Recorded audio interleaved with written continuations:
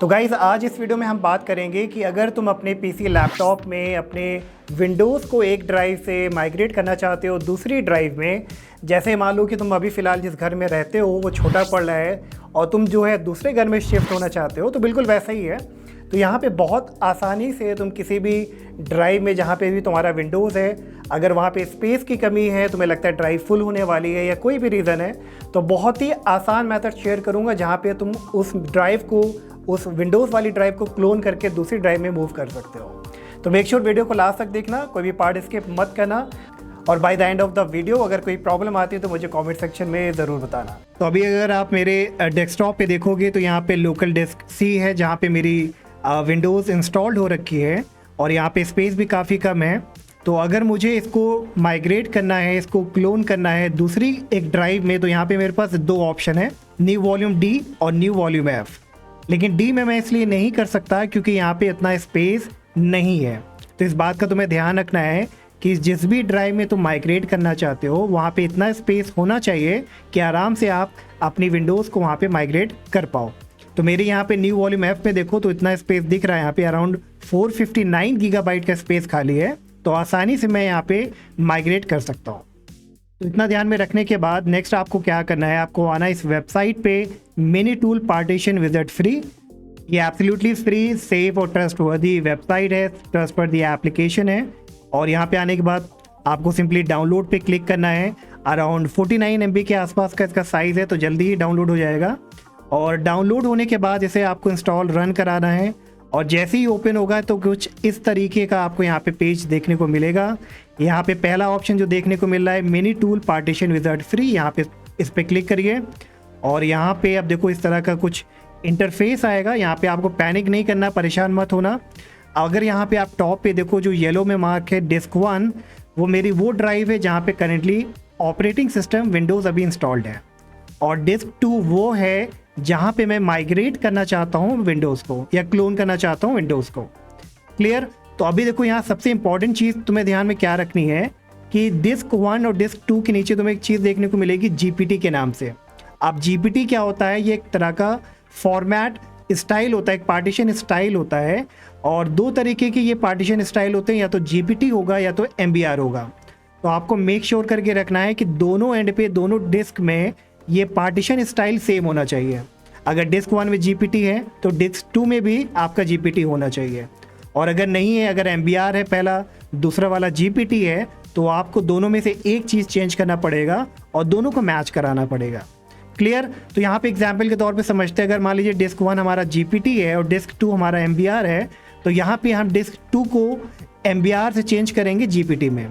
तो उसके लिए राइट क्लिक करिए इस पर और यहाँ पे तुम्हें ऑप्शन मिल जाएगा convert disk to MBR disk, और अगर आपकी ऑलरेडी एमबीआर है तो MBR disk to GPT disk. जैसे ही आप इस पर क्लिक करोगे लेफ्ट साइड में ऑपरेशन पेंडिंग वाला एक ऑप्शन मिलेगा, इस पर यहाँ पे आप क्लिक करो और अप्लाई पे क्लिक कर दो। अप्लाई पे करते ही यहाँ पे आपकी जो पार्टीशन स्टाइल है वो चेंज हो जाएगी। तो मेरा ऑलरेडी यहाँ पे है तो मैं यहाँ पे डिस्कार्ड कर देता हूँ क्योंकि मुझे चेंज नहीं करना है। बस इतना करने के बाद अब आपको उस ड्राइव पे क्लिक करके सिलेक्ट करना है जिसमें आपका ऑपरेटिंग सिस्टम, जिसमें आपका विंडोज़ इंस्टॉल्ड है। तो उस पर क्लिक करिए और लेफ्ट हैंड मेन्यू ऑप्शन में कॉपी डिस्क वाला ऑप्शन आएगा, यहाँ पे कॉपी डिस्क पे क्लिक करिए। अब यहाँ पे कहेगा सिलेक्ट टारगेट डिस्क, तो यहाँ पे जहाँ भी आप माइग्रेट कराना चाहते हो उस वाली ड्राइव को यहाँ पे सिलेक्ट करना है। उसको यहाँ पे आप सिलेक्ट कर लो और उसके बाद यहाँ पे नेक्स्ट पे क्लिक करिए और यहाँ पे कह रहा है येस पे क्लिक करने के लिए। तो मेक श्योर करके रख लीजिए जिस भी ड्राइव में आप माइग्रेट करना चाहते हो वहाँ पे किसी भी तरह का तुम्हारा कोई डेटा इंपॉर्टेंट नहीं है। अगर कोई भी डेटा आपका इंपॉर्टेंट है वहाँ पे तो उसको पहले आप बैकअप ले लो, उसके बाद इस मेथड को यहाँ पे अप्लाई करो।